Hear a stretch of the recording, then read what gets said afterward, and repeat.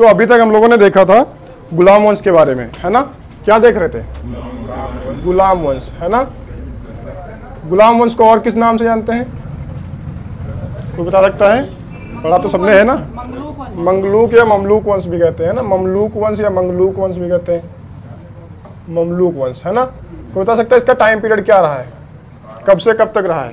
1206 से 1290। बिल्कुल सही बात है, 1206 से लेकर के 1290 तक रहता है ना। शुरुआत इसकी होती है कुतुबुद्दीन ऐबक से, है ना। सीधे ऐबक लिख दे, ऐबक से इसकी शुरुआत होती है। ऐबक क्या है? ऐबक एक गुलाम है। किसका गुलाम है? मोहम्मद गौरी का। आ गए, चाट गए सब लोग हैं इतने दिन में। ऐबक किसका गुलाम है? गौरी का गुलाम है। किसका गुलाम है? मोहम्मद गौरी का गुलाम है। और गुलाम होकर के इसने एक वंश की स्थापना की है, इसलिए इसको क्या कहते हैं? गुलाम वंश कहते हैं। इस वंश में जितने भी शासक हुए हैं लगभग सभी क्या हैं? गुलाम ही हैं। ठीक है। अब ऐबक ने जब शासन करना स्टार्ट किया है तो इसने स्वतंत्र रूप से शासन नहीं किया है ना, इसलिए इसको वास्तविक शासक नहीं कहते हैं। गुलाम वंश का वास्तविक शासक नहीं है ये। ठीक है। इसके बाद इसका एक बेटा आता है। कोई इसके बेटे का नाम बता सकता है? आराम शाह। इसके बेटे का नाम क्या होता है? ये देखो बैठी इंतजार कर रही है, कोई तो बोल दे। क्या नाम है? आराम शाह। क्या नाम है? आराम शाह। जैसा इसका नाम है वैसा इसका काम है। आराम शाह क्या करता है? ऐबक की मृत्यु के बाद में, ऐबक की मृत्यु कब होती है? 1210 में इसकी मृत्यु होती है। 1210 से लेकर के 1211 तक ये चलता है। और फिर क्या होता है? ये निकल लेता है ना। निकल नहीं लेता है, इसको हटा दिया जाता है, अपदस्थ कर दिया जाता है। क्यों? क्योंकि ये एक योग्य शासक नहीं होता है। जैसा नाम वैसा काम, आराम ही करता रहता है। तो फिर ऐबक का एक और गुलाम होता है। किसका गुलाम? ऐबक का गुलाम। उसका नाम क्या होता है? इल्तुतमिश, है ना। ये यूपी के पास एक जगह है जहाँ का ये सूबेदार बनाया गया था। क्या नाम था उसका? अरे सूबेदार नाम था, किस जगह का सूबेदार था वो बताओ। ये बदायूं का सूबेदार था। कहाँ का सूबेदार था? बदायूं का सूबेदार था। बदायूं यूपी में पड़ता है, वहाँ का सूबेदार था, है ना। तो जब देखता है कि आराम शाह शासक बन गया है तो वो सही से शासन नहीं कर रहा है, योग्य शासक नहीं है, तो वो उसको अपदस्थ कर करके स्वयं गद्दी पर बैठ जाता है। तो फिर से एक गुलाम बैठ गया गद्दी पे। ये भी गुलाम था और ये गुलाम का गुलाम, है ना। अब ये शासन करना स्टार्ट करता है। ये ऐबक से ज़्यादा योग्य शासक निकलता है। ठीक है। गुलाम था तो क्या हुआ? इसमें योग्यता थी। सबसे पहले क्या करता है? ये खलीफा से परमिशन ले लेता है। राजा होने की परमिशन होती है ना, जैसे तुमको कोई भी फॉर्म भरने के लिए वैकेंसी में तुमको क्या करना चाहिए? तुम्हारे पास डिग्री होनी चाहिए कुछ ना कुछ, है ना। सर्टिफिकेशन होना चाहिए या नहीं होना चाहिए, है ना। कह देंगे कि अगर तुमको यूपीएससी का फॉर्म भरना है तो क्या होना चाहिए? कम से कम तुम्हारे पास ग्रेजुएशन तो होना चाहिए, है ना। वैसे ही राजा होने के लिए तुम्हारे पास क्या होना चाहिए? राजा से परमिशन ली होनी चाहिए। इसे खिलात कहते हैं। क्या कहते हैं? राजा से तुमको परमिशन ली होनी चाहिए। खिलात ली थी राजा ने। राजा ने नहीं, क्या कहते हैं, इस्लाम के जो खलीफा होते हैं, खलीफा से ये परमिशन लेनी होती है। ठीक है। और इसने कौन सी परमिशन ली थी? सुल्तान की। सुल्तान की इसने उपाधि ली थी। हाँ, परमिशन कह सकते हो। एक उपाधि ले ली, कौन सी? सुल्तान की। सुल्तान मतलब राजा, है ना। इस्लाम में जो सबसे बड़ा धार्मिक व्यक्ति होता है उसे कहते हैं खलीफा। और खलीफा से अगर तुमने परमिशन ले ली, इसका मतलब अब तुम पे कोई भी सवाल नहीं उठाएगा। अब तुम वास्तविक तौर पे क्या हो चुके हो? शासक हो चुके हो। इसलिए इसी इल्तुतमिश को इस गुलाम वंश का वास्तविक संस्थापक कहते हैं। ठीक है। ये वही इल्तुतमिश है जिसने इक्ता व्यवस्था चालू की। क्या चालू किया? इक्ता व्यवस्था क्या होता है? इक्ता व्यवस्था ऐसी व्यवस्था होती है जिसमें वेतन के बदले क्या मिलता है?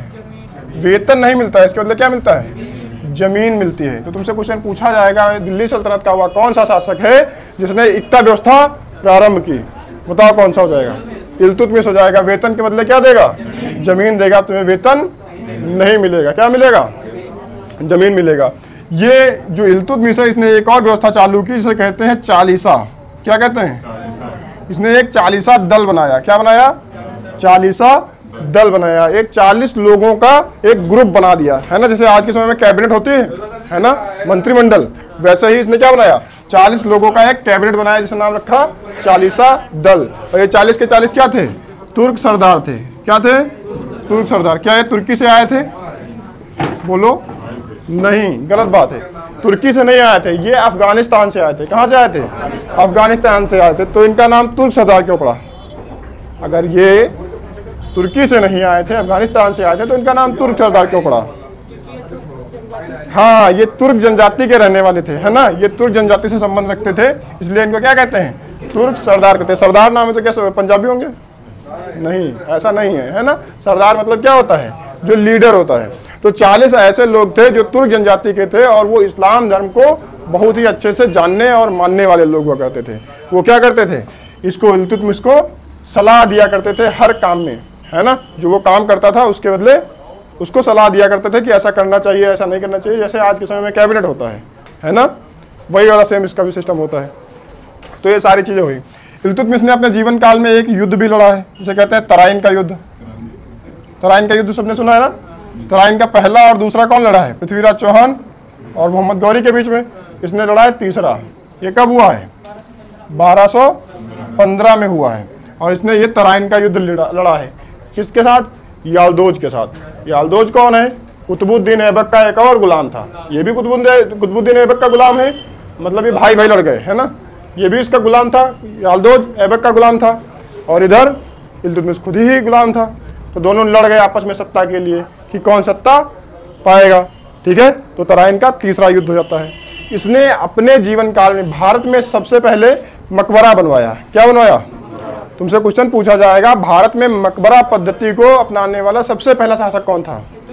इल्तुतमिश था, ठीक है। ध्यान रखना, 2 क्वेश्चन होंगे, दोनों में कंफ्यूज मत होना। अगर पूछा जाए सबसे पहली मस्जिद किसने बनवाई, तो कुतुबुद्दीन ऐबक हो जाएगा। सबसे पहली मस्जिद किसने बनवाई? कुतुबुद्दीन ऐबक। कौन सी मस्जिद? कुबतुल इस्लाम मस्जिद। कौन सी मस्जिद? कुबतुल इस्लाम मस्जिद किसने बनवाई? कुतुबुद्दीन ऐबक ने बनवाई। लेकिन सबसे पहला मकबरा अगर पूछा जाए तो इल्तुतमिश ने बनवाया। ये बात समझ में आई? अब इल्तुतमिश का एक लड़का था जिसका नाम क्या था, कोई बता सकता है? इसका नाम था रुकनुद्दीन। क्या नाम था? रुकनुद्दीन। नाम सुना है किसी ने? इल्तुतमिश का एक वो बेटा था, उसका नाम क्या था? रुकनुद्दीन। अब रुकनुद्दीन बिल्कुल रुका हुआ शासक है।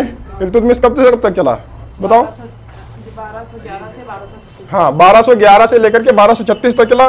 तो मतलब ये कहाँ से स्टार्ट करेगा? 1236 से, यही से इसके आगे बनेगा रुकनुद्दीन शासक। अब 1236 से लेकर के आगे कितने दिन तक चलेगा बताओ?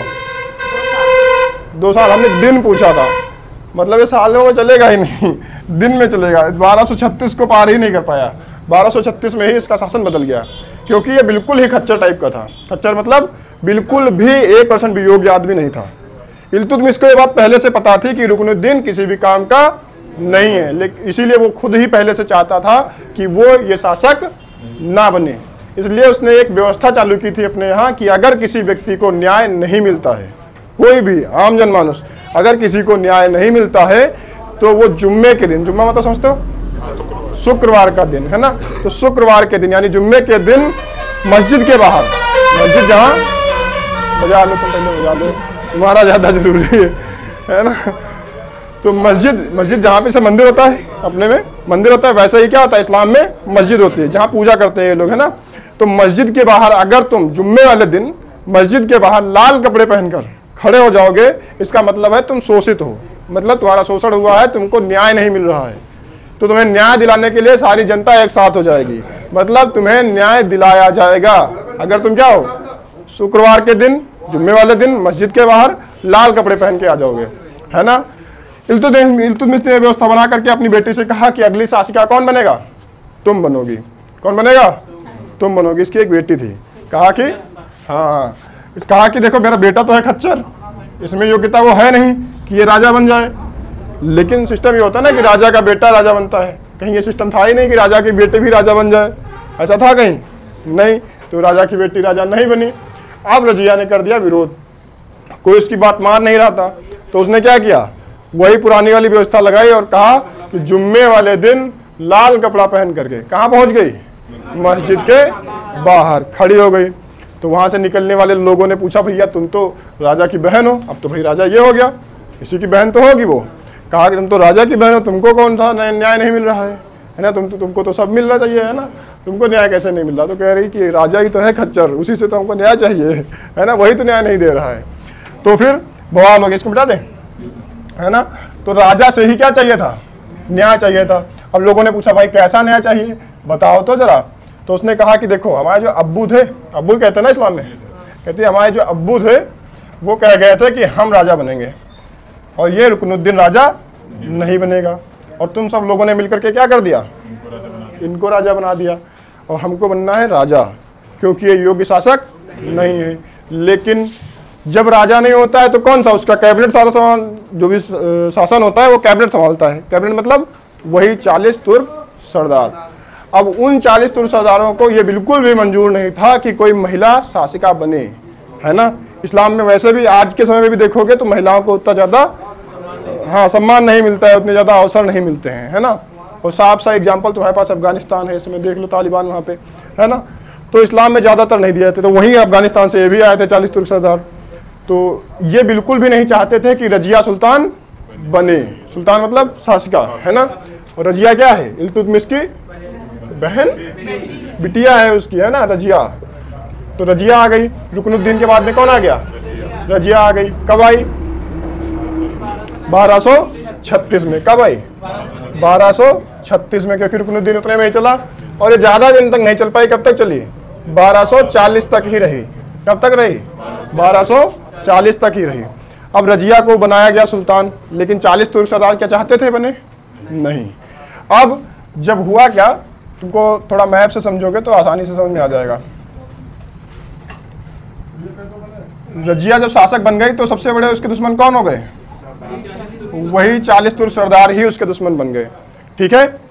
अब देखो यहाँ पे है दिल्ली। अब यहाँ दिल्ली में राजधानी बना दी थी इल्तुतमिश ने। दिल्ली राजधानी किसने बनाई थी, कुतुबुद्दीन की राजधानी क्या थी, ये लाहौर थी। कुतुबुद्दीन जब शासक बना था तो उसने अपनी राजधानी कहाँ बनाई थी, लाहौर। लेकिन इल्तुतमिश कहाँ लेकर के चला आया था, दिल्ली लेकर के चला आया था। अगर पीछे वाला वीडियो देखेंगे तुमने तो उसमें मैंने बताया अच्छे से, है ना।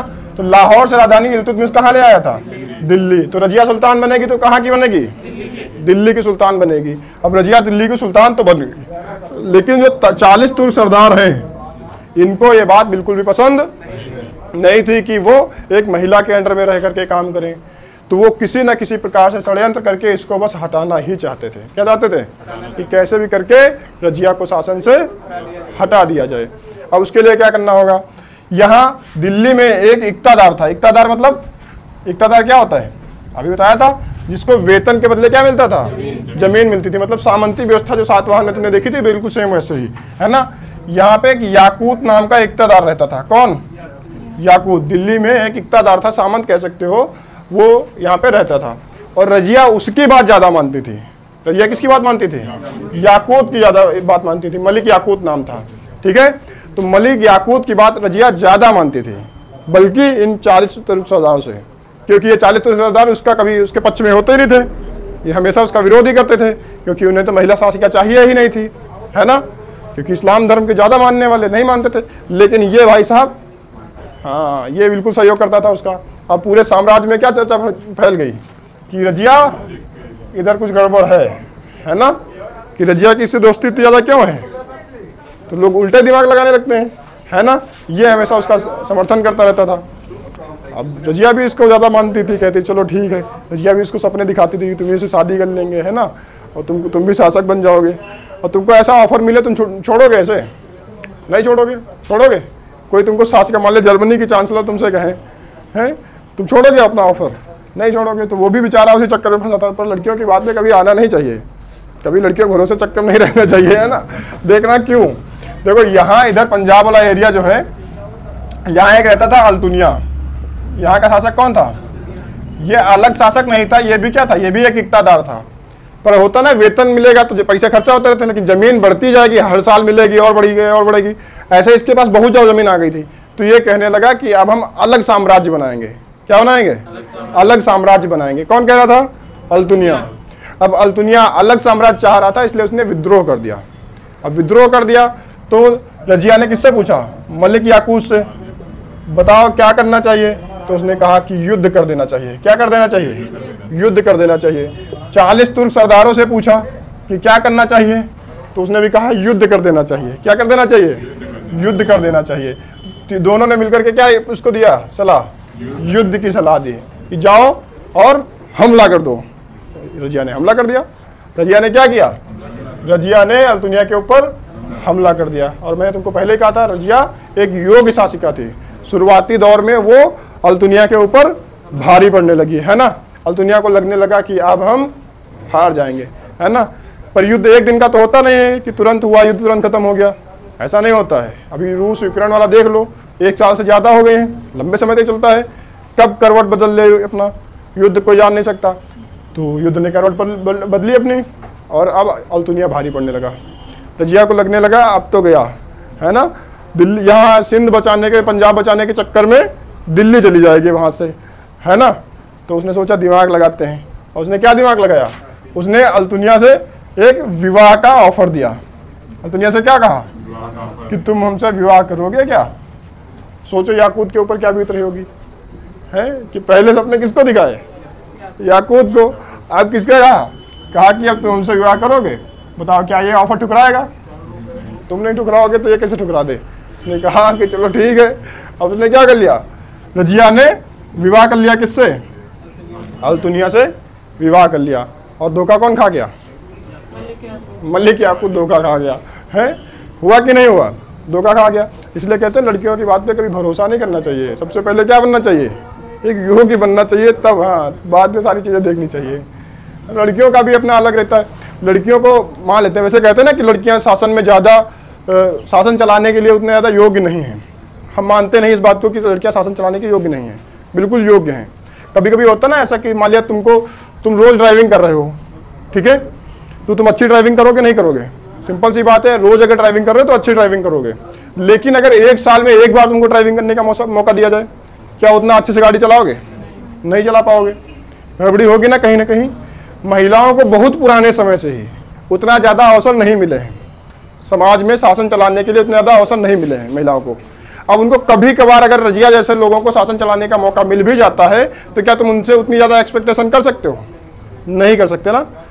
उनको थोड़ा मौका दो, समाज में जानने समझने सीखने का मौका दो, फिर उसके बाद देखो क्या वो उतना अच्छा नहीं कर पा रही हैं।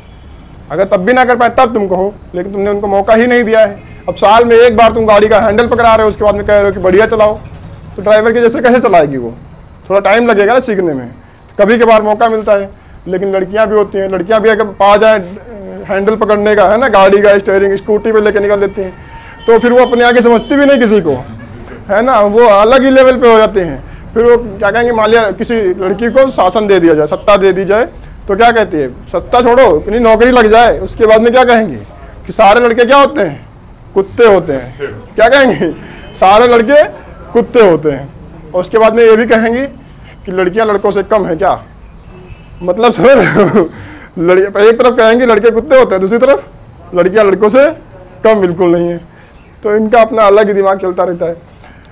अच्छा ऐसा हो गया, इसने क्या कर लिया, विवाह कर लिया अल्तुनिया से। अब ये तो बेचारा अकेला हो गया। क्या 40 सरदार इसको पसंद करेंगे?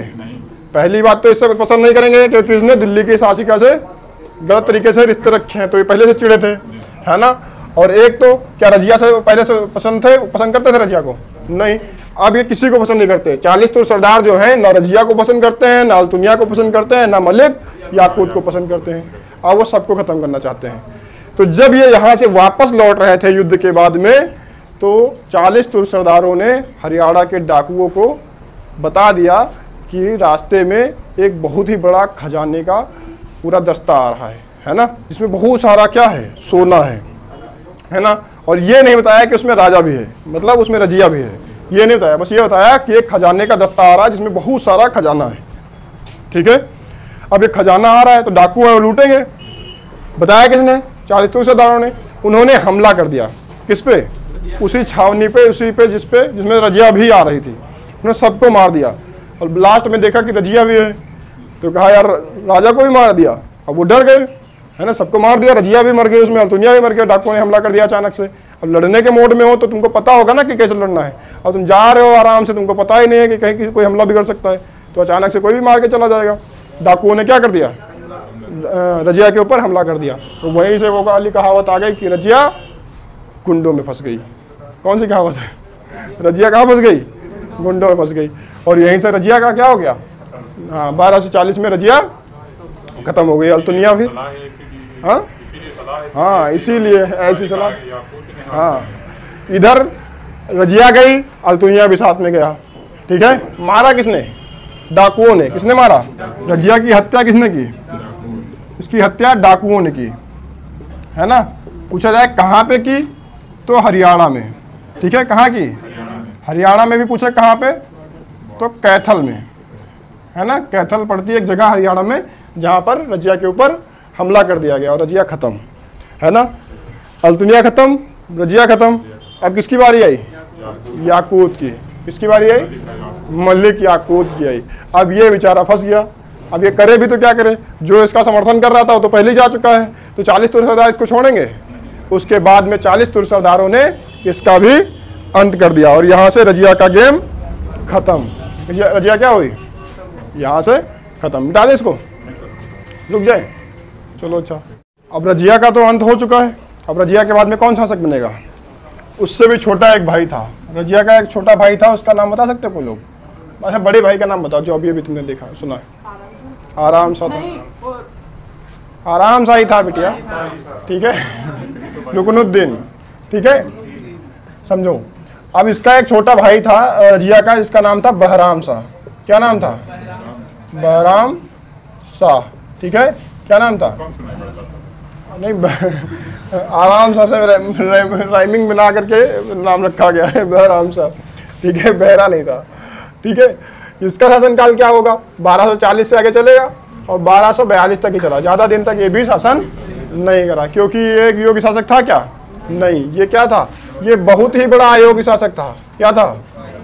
अयोग्य शासक था, इसलिए इसका शासनकाल ज़्यादा दिनों तक नहीं चला। इसके बाद में शासनकाल किसका आएगा? नसीरुद्दीन शाह का। किसका आएगा? नसीरुद्दीन शाह का शासनकाल आएगा। किसका आएगा? नसीरुद्दीन शाह। वो वाले नहीं जो एक्टर वाले हैं, है ना, दूसरे हैं ये। ठीक है, नसीरुद्दीन शाह आएंगे। अब ये कहाँ से आएंगे? 1242 से लेकर के कहाँ तक चलेंगे? कोई बता सकता है इनका टाइम पीरियड? 1242 से लेकर के 1246 तक चलेंगे। कहाँ तक चलेंगे? 1242 से लेकर के 1246 तक ये चलेंगे। कौन? नसीरुद्दीन शाह। इसे कहते हैं कंजूस शासक। क्या कहते हैं? हाँ, कंजूस को कहते हैं मितव्ययी भी कहते हैं कहीं कहीं पे। क्या कहते हैं? मितव्ययी मतलब होता है जो कम खर्चा करता हो। मितव्ययी मतलब कम खर्चा करने वाला, यानी कि कंजूस शासक। ठीक है, तो ये जो नसीरुद्दीन शाह है ये कंजूस शासक है। इतना कंजूस है, इतना कंजूस है कि खुद का खर्चा चलाने के लिए टोपी बीनता था। क्या करता था? राजा होकर के टोपी बीनता था। इस्लाम में होता है ना, एक टोपी पहनते गोल टोपी पर, वो वाली टोपी बीनता था। और लोग क्या करते थे? इसकी टोपी खरीदते भी थे। तो अपना खर्चा चलाने के लिए क्या करता था? हाँ, टोपी बुनता था, अच्छी टोपी बनाता था। ये देखो, ये सब इसके फैन हैं यहाँ बैठे हुए, है ना। अपना खुद का खर्चा चलाने के लिए टोपी बीनता था। अब लोग खरीद भी लेते थे, क्योंकि कहते थे कि राजा के द्वारा बनाई हुई है ना। भौकाल होता है, नहीं होता है? नहीं, अच्छे की बात नहीं होती बिटिया, है ना। राजा का, हाँ, कि राजा के हाथ की बनी हुई है, भले ही टेढ़ी मेढ़ी हो, है ना। राजा के हाथ के तो लोग खरीद भी लेते थे। तो खुद का खर्चा चलाने के लिए क्या करता था? टोपी बीनता था। लेकिन इतना इसमें ज्ञान था कि ये तो समझ गया था कि सारा गेम चला कौन रहा है? यही 40 तुर्क सरदार। वहीं से गेम बिगड़ रहा है ना। और 40 तुर्क सरदार कट्टर हो चुके थे इस्लाम के, है ना। अब उनसे बच के रहना पड़ेगा। अब उनसे बचोगे तब जब उनकी चाल का अंदाजा तुमको पहले से होगा, और उनकी चाल का अंदाजा तब होगा जब उनमें तुम्हारा कोई एक आदमी होगा। 40 तुर्क सरदारों में उसने एक अपना भी आदमी रख दिया। क्या ये आदमी वहीं से अफगानिस्तान से ही आएगा? उन्हीं तुर्क जनजातियों में से आएगा? नहीं। अगर उन्हीं में से आएगा तो उन्हें भूल मिल जाएगा, फिर तुमको बताएगा नहीं। तो उसने क्या किया? देखो, इधर ये पाकिस्तान वाला एरिया है, इसके इधर अफगानिस्तान है, इसके इधर जो देखोगे ये ईरान वाला एरिया है। तो उसने क्या किया? अफगानिस्तान से 40 तुर्क सरदार आए थे, इसमें से एक हटा दिया। अब रखे कितने? 39। एक आदमी इसने ईरान से ले लिया। ठीक है, कहाँ से ले लिया? ईरान से। उसका नाम था बलबन। क्या नाम था? बलबन। बलबन कहाँ से आया था? ये ईरान से आया था। कहाँ से आया था?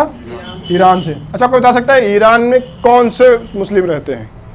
तो मुस्लिमों में कई सारे होते हैं ना, उसमें शिया, सुन्नी, बरेलवी, अहले हदीस, अहले हबीब, कौन सा है? ईरान में शिया मुस्लिम रहते हैं। कौन से मुस्लिम रहते हैं? शिया मुस्लिम रहते हैं। सुन्नी मिलेंगे तुमको सऊदी अरब में। ठीक है, तो शिया मुस्लिम रहते हैं। तो इसने क्या किया? शिया मुस्लिम एक था जिसका नाम था बलबन, और इसको किसमें शामिल कर दिया? चालीसा दल में। किसमें शामिल कर दिया? चालीसा दल में इसको शामिल कर दिया, और ये इसको सारी जानकारी देता रहता था। ठीक है, लेकिन बलबन तो बलबन है, और बलबन ने क्या किया? बलबन उससे भी योग्य निकला। देखो बलबन जो है, बलबन नसीरुद्दीन शाह का गुलाम है। देखो एक हिसाब से तो क्या है वो? ये भी गुलाम है। सब गुलामों की ही पीढ़ी चलती आ रही है। ये पूरा वंश क्या है? गुलामों से भरा हुआ है। पर क्या ये वहीं से है जहां से बाकी के 40 सरदार थे? ये अफगानिस्तान से नहीं था। ये कहाँ से था? ईरान से था, और ये शिया मुस्लिम था, है ना। और शिया और सुन्नी में देखोगे तो परंपराएं और रीति रिवाज बहुत अलग हैं, है ना।